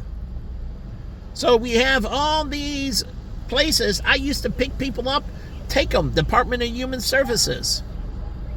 And I would offer them. I take them to Pacific Gardens, Urban Ministries, Salvation Army. You tell me.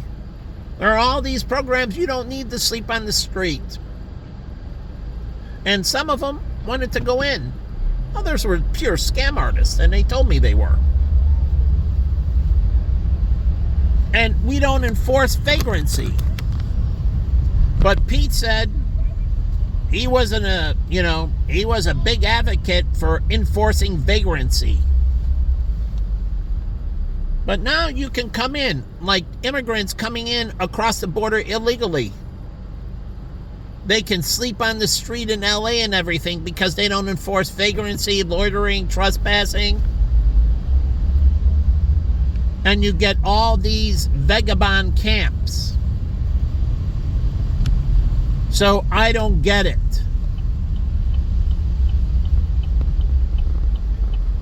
So where are they enforcing this and putting them in jail so they can be assessed?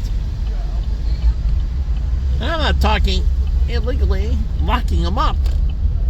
You're not throwing away the key. You're trying to save them.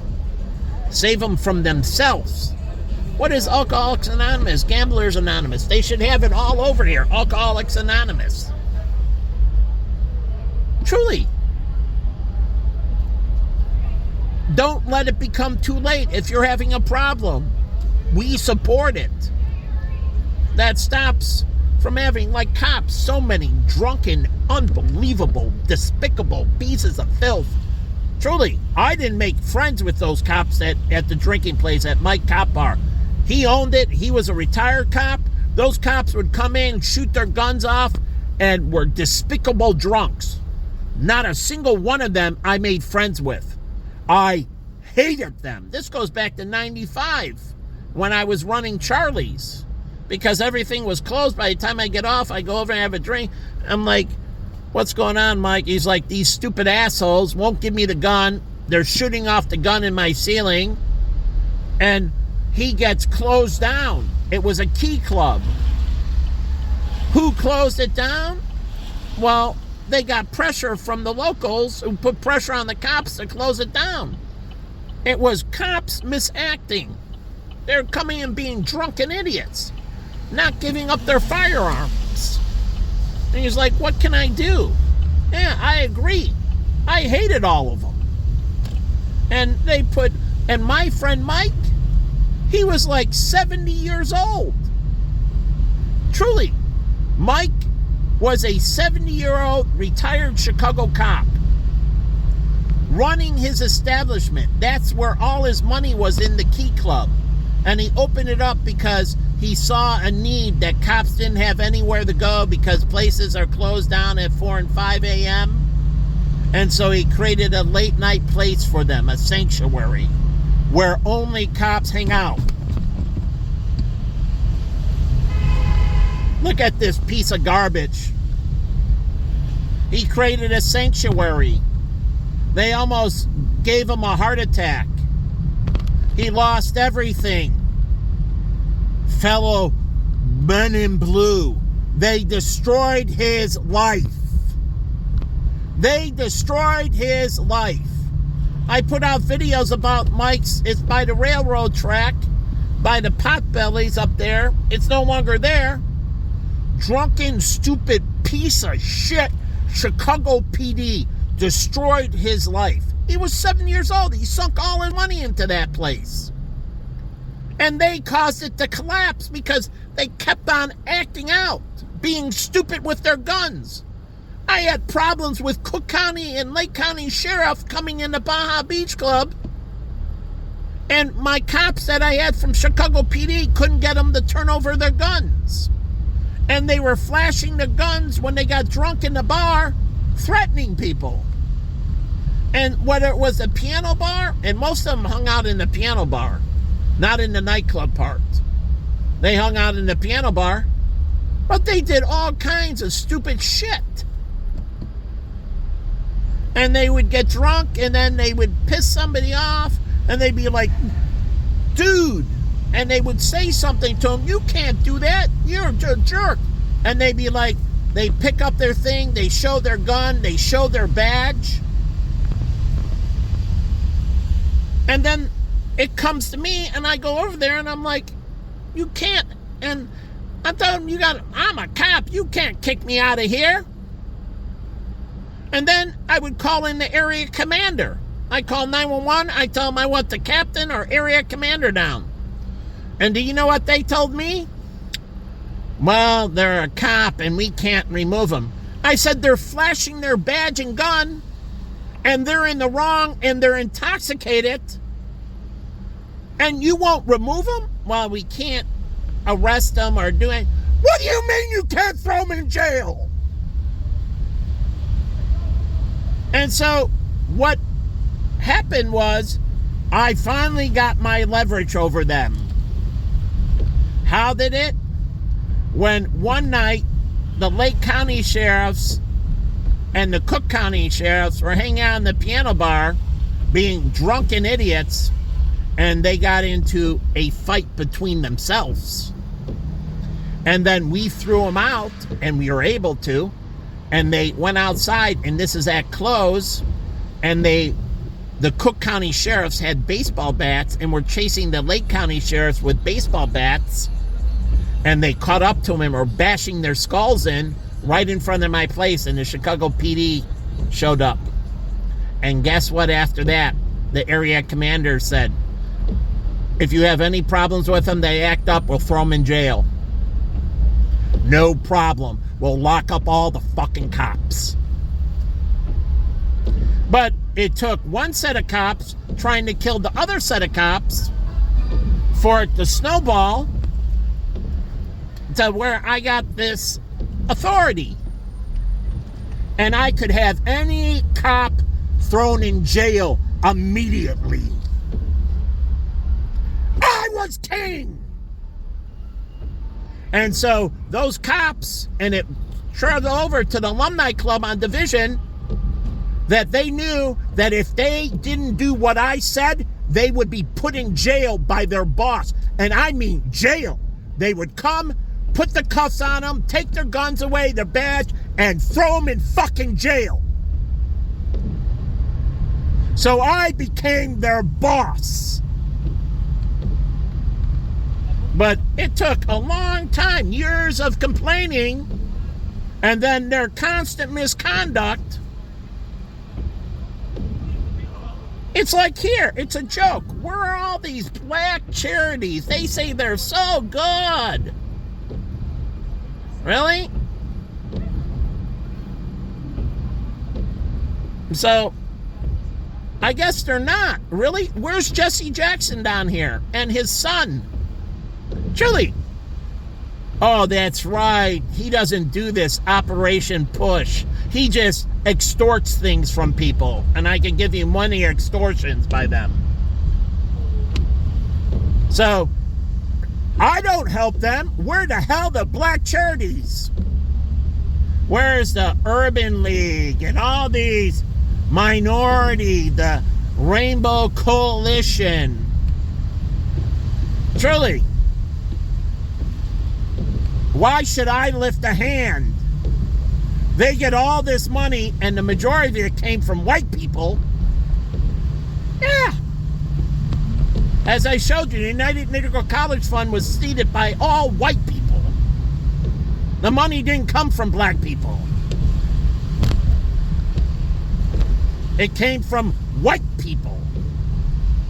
Black athletes and all that didn't donate. So, why should I lift a hand? Why shouldn't they be helping their own people, getting off their ass and doing it? Like, the funny thing is, Urban Ministries and that, do you know we had no black churches? No black churches. It was Asian and white churches, like Covenant. And Julie Cho was an Asian running the program at Covenant for Urban Ministries. And then at NCPC in Lakeview, I worked for Urban Ministries as well. All the Asian churches. Not a single black church did we ever I run into in over a decade and a half. Bringing food in, cooking meals, cleaning up, or supporting. Not a single black church. And I didn't see any black charities either. So all those years, all those decades. So I don't get it. Where was Oprah? Why couldn't she fund Urban Ministry, Salvation Army, PADS? It was all black people. Where was Oprah? Where was Michael Jordan? Where were all these filthy rich black athletes? I started writing to them, like I reached out to Shaq and that, and said, why don't you start funding Urban Ministries? Truly. Since you're a black, filthy rich black man, why don't you give some money to Urban Ministries? Because I don't see any black men giving any. And I went to their fundraisers. There were no black athletes. I didn't see Emery Moorhead. I didn't see any of the Richard Dent.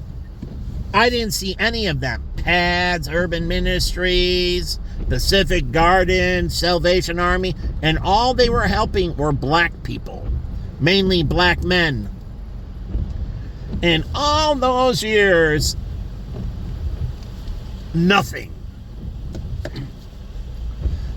But me, not only physically donating, but getting on my hands and knees and cleaning the places and everything else. And then I have a mosque. That's a Muslim charity. And what does it do? It's giving the black men. And I'm like, wow. I'm like telling her, why don't you go into other Muslim organizations and give to them, or give to Palestine? Truly, send it overseas, because the black people thought it was tainted and were eating it and throwing it out. But she was telling me all this, and I'm like, and we write happy things on the front of it. She was awesome. She was leading it, but then she didn't show up for some other, anyways, and then some other people were the boss. But anyways, she was telling me all these black guys, they have food. All these black homeless guys, they got free cell phones, they got free this, they got all these places giving them food left and right. And she said, go look at the trash can. I'll drive by, I'll point out. And she's like, watch the trash can and see all those bums that are right across the street on State from us, all those black men. They overflow with charity. And so watch what they do when we give them food. And I did. And they pick through and whatever they want, or they just throw it all away. Truly. They take a couple this or a piece of fruit or whatever, and they toss the rest. And the trash can was overflowing with all the food that we just made. And I couldn't believe it. And she's like, yeah, they're overflowing with donations. As I found out with pads. We had so much food go to waste at pads. It was unbelievable. Truly, all the pads I went to, we had so much food spoil that it was unbelievable. All donated. I consider it tax fraud. And I told them back then, you don't need the food. Why are you taking it? Well, people want to donate. Yeah, but that's tax fraud that these corporations are doing. So you're funding their improper, and these are bubbles, but if you're a CFA, you don't know this, do you? That all these organizations use charities for their mismanagement. They use charities for their mismanagement. And they dump all their over orders on the charities so they get the tax deduction. So instead of doing things sustainably, all their things, and then you get this and you look down how much they donated, and it's not cash, it's product. And I'm like, these corporations are all bubbles. Anyone donating cash is fine because it's not a bubble. They're getting rid of their product. But when they're donating product, I look at how much product, and so many bubbles, so many corporations overvalued, unbelievably overvalued. So, but people in the CFA world, Tom Keene doesn't know this, but he's so much smarter than Michael. So all these people are like, you know, the gurus of investing. I watch all this fleecing, and then the federal government says we don't have enough tax money because they gave out all those deductions, and those deductions generated less tax revenue. Less tax revenue. And they're like, the federal government is having a hard time. The state government, the county, the local. And then what does the state of Illinois do? They don't adjust this. All this fleecing by corporations. Truly. And I watched at the Salvation Army, people donating garbage and then saying the fair market value, it was in good condition. And I looked at the stuff they threw in the boxes. I mean, the worn out shoes and everything else. And they take it like they gave them pristine, only worn once or never worn. and they take the full fair market value. They overestimate the value of their deduction. Unfreaking believable. But the auditing firms never catch that. They inflate. When things are older, you have to discount them. So if Dunkin' Donuts donates donuts to something, and those donuts been around for a day or so, they have to be discounted, and Umbun Pan discounts them by 50%. You can't say, here's the donuts and I'm taking, or Starbucks, I'm taking fair market value. So you're talking the government is getting scammed. We didn't need to raise property taxes or that. We needed to close the loopholes of people cheating with their charitable deductions. You can't cheat with cash, but they cheat with product. That's why I don't want product going anymore. That's why I'm for a donor-advised funds in that. You give cash. If you over-ordered, you eat it and discount it like Umbun Pan. They didn't discount anything. And then you recycle it, make croutons. But you're not giving it to a charity. Truly, give it to a liquidator. You can sell it to the dollar store. You can sell it to Ross's. There's lots of liquidators. You only give charities can only accept cash going forward. That's it. So you go to the Buffalo Exchange and try to sell yours, or you throw it in the garbage. Waste management needs the recycling. So you can't donate your stuff anymore. Truly, they can go out, buy stuff at auctions, take the money that's donated to them, and they can go out to the, the state auctions and all the different auctions. Truly. And they have an auction license, and they go in and they buy stuff like any other liquidator. So the charity, the Salvation Army, and that goes to them, and they buy it. So you have a whole market of liquidators auctioning off product, and the Salvation Army and Goodwill bids on the product. No more scamming. I'm sick of it. Just like the cars for kids. They overinflate. Why do you think all those Jewish people donated their car? I'm going to rip on them now. Because they could say, oh, there's no appraisal of the vehicle. And they donate the car, and they're like, yeah, the car runs perfectly. It doesn't run at all. Transmission, engine, shot, and everything else.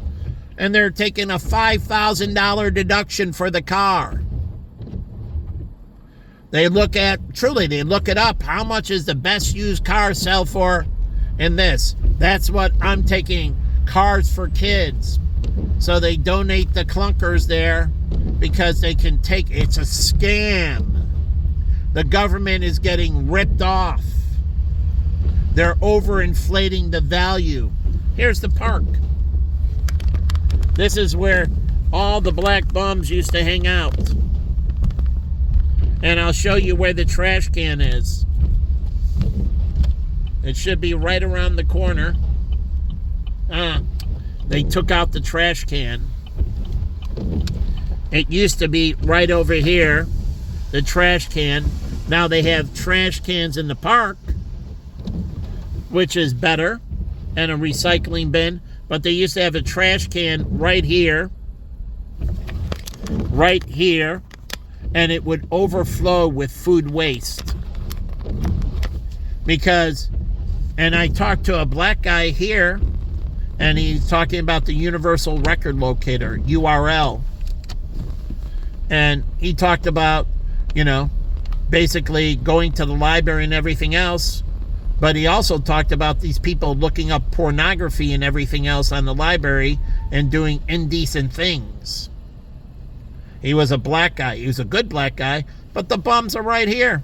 They can go to the library. There's one ads. They can have resume workshops. Do you think they do that at Urban Ministry? The library invite Urban Ministry or Pacific Gardens or PADS over, and they work with Goodwill, Salvation Army, Dress for Success, and they teach them how to build their resume, really write their resume, and how to post it on Indeed and everything else. They should at the public library, how to use the one ads. But Urban Ministry and all that done, they're like, we can't place these people. Yes, you can. And they need to have these seminars at the library. But again, unemployment has them. I used to do all kinds of training at unemployment, training on Excel and everything else, and they had resume workshops and Dress for Success and so on at unemployment in Arlington Heights. And I got to know the girl, this older lady, worked the front desk, and I would go to all their seminars. They paid for my level 1 CFA. I had to take a mathematical test. And then the girl who was Asian administered it. She worked there. She left and went somewhere else. I used to have her email. Big crush on her. I asked her out, too. I did. And she's like, well, you know, I'm not interested, basically, to say it that way. But she was nice about it. But I had the hots for her. And I passed the math test, and they said you can qualify for the CFA. I had to take a mathematical test to see if I had the skills to sit for the CFA. How many of these people take a math test? Do you have the mathematical skills to be able to sit for this exam? Truly. Well, I did during my first breakdown. Even during my first breakdown, I took MBA math at the University of Chicago.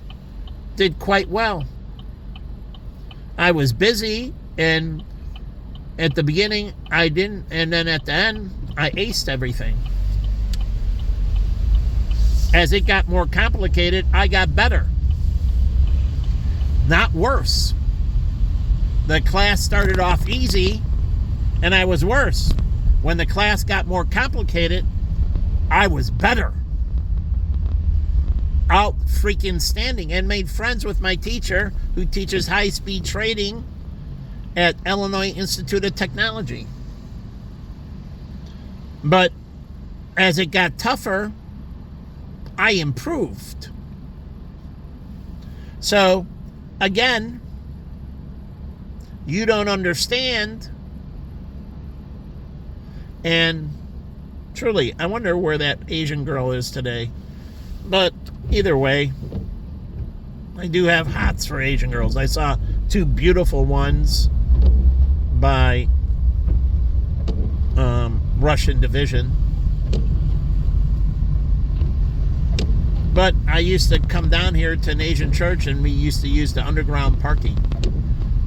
So I wonder if the People's Church here gets the underground parking. They have underground parking for the Jones Academy, and the People's Church should have underground parking. So when I came down from the burbs, I parked underground.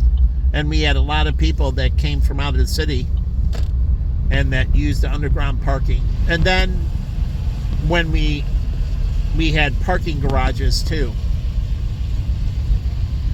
We grew a little bit, and then we started using the parking garages, and I used the parking garages. So, again,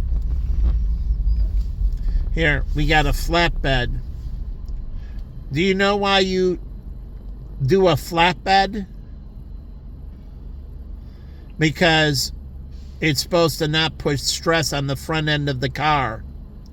So regular tow trucks, because the front end of the car bounces up and down and left and right, where on a flatbed it doesn't. And so when you have those city tow trucks, they screw your alignment. Oh yeah, they bend the tie rods and the stuff with the steering, they bend all kinds of steering components and that. They damage the front end. Those tow trucks that the city uses damages the front end of the car. The steering mechanisms. They throw the car out of balance. So when you're getting a tow, it's better to use a flatbed. Truly, much better to use a flatbed because the car doesn't get jostled around like it does hanging off the back end. Even when this kid had the wheel thing for the back, it wrenches the crap out of the front end. It bends things and sometimes breaks them. But people don't know that, and you can sue the city of Chicago when they tow your car. Take it in. It'll be out of alignment. It will. It's always, after they tow it, it's out of alignment. So you have to understand this. But it wrenches the hell out of them. So that's why you use a flatbed tow truck. And that's why they came up with flatbeds. They didn't used to have them. They were invented because the traditional tow trucks seriously damage the suspension on the front end of the cars. And so dealerships in that, they didn't want their cars that way, damaging the front end, so they use flatbeds. So again, if you're shipping or moving cars, you want it moved through flatbeds. But again, these are the differences, and you have to understand these things. And so I have a big problem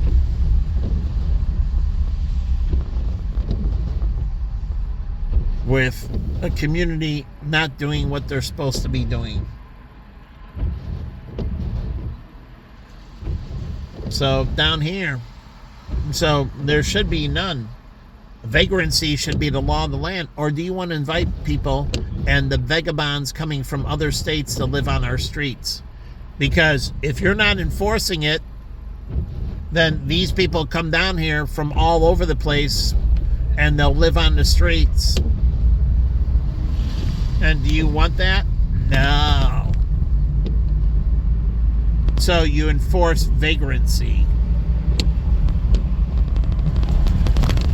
So again, I'm disgusted with the black community. I'm going to put this online. I don't care. I reached out to them. I've worked my ass off since I've been a child. And they beat me up and torture me and everything else. I'm sick and tired of them. So they need to start directing their money properly. So anyways, I'm going to end this video. But it is, all this stuff is absolutely true. There used to be a 7-Eleven when I was going through my first breakdown. I didn't know if it was the food in the fridge or anything else. Truly, going through my first breakdown, I used to go into the 7-Eleven and other places, pop in and just grab sandwiches. And then I didn't know if it was the water, so I used purified distilled water. When Jen was out of town, she never saw me. But when she was out of town, she left on Monday through Thursday. When I showered, I would go to the grocery store buying distilled water. And so I didn't turn on the water at her house. I didn't drink the water. And I would use just distilled water. And I took the showers with distilled water. I wanted to know if it was the water. But the thing is, I didn't continue it long enough. I truly didn't. But I stopped taking the showers. And that's what happened when we split. And she didn't know, but I wasn't using the shower anymore. Meaning, their water, I was using distilled water in the gallon containers and pouring it over myself. You know, we used to use this in Ghana, buckets of water. But I was worried about the water.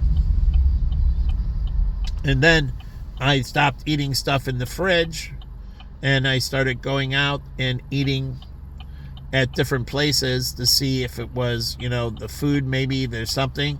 I took down, you can ask my ex if you ever knew her, I took down all the vents. I changed the filter in the air conditioner, and she changed it, but I changed it again and put a HEPA filter in.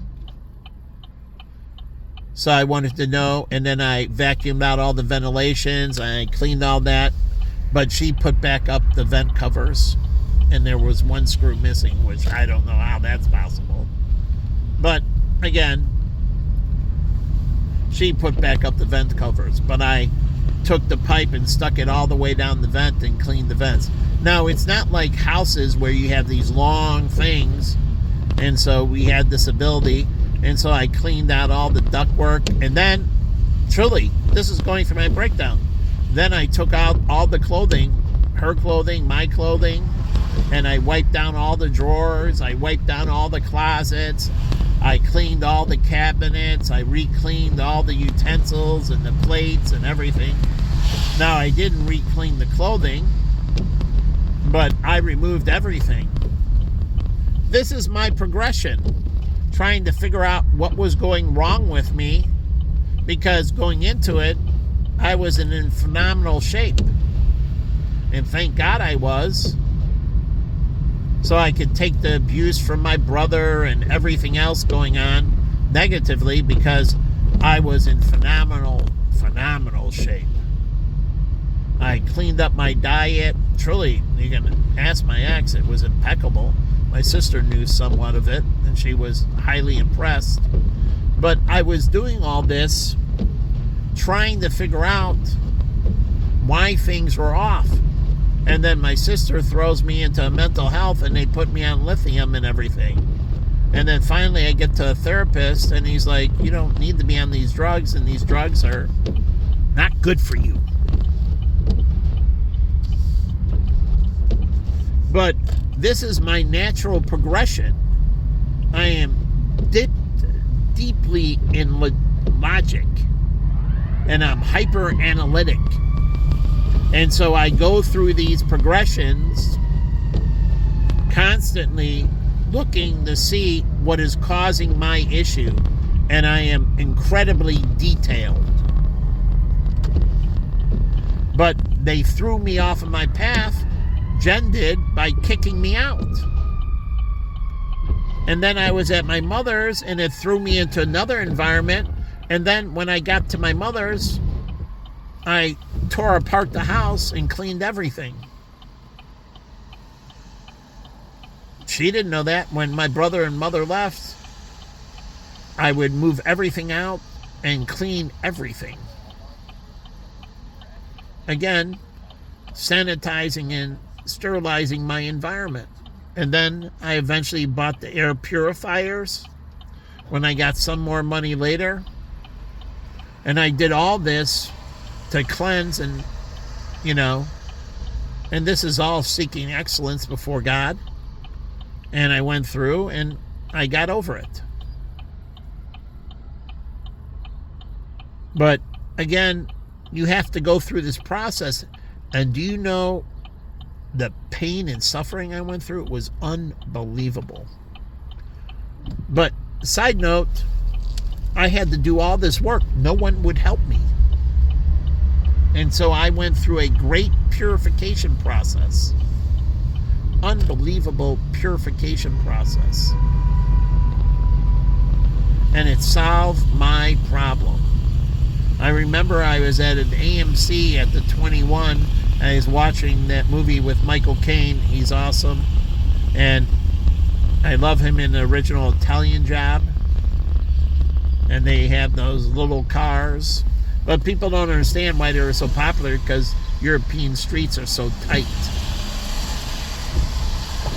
One thing World War II did help with Germany in that, with all the bombing and destruction, Germany. Not as much in France and some. They were able to make bigger streets in Germany. So you have the bigger Audis, the bigger Mercedes, because they had to rebuild everything, because Germany was totally destroyed. But not France, not the other places weren't totally destroyed. So the streets are still narrower, and Germany has wider streets, and so they have bigger cars and everything. So again, there's a difference. So they can move into the bigger luxury cars and that because they have wider roads that can accommodate them. But the original Italian Job, watch it with Michael Caine. It's awesome. But that's when everything went quiet for me. And I thought, bliss. It was bliss. I was so happy. I'm like, oh my God, the noise is gone.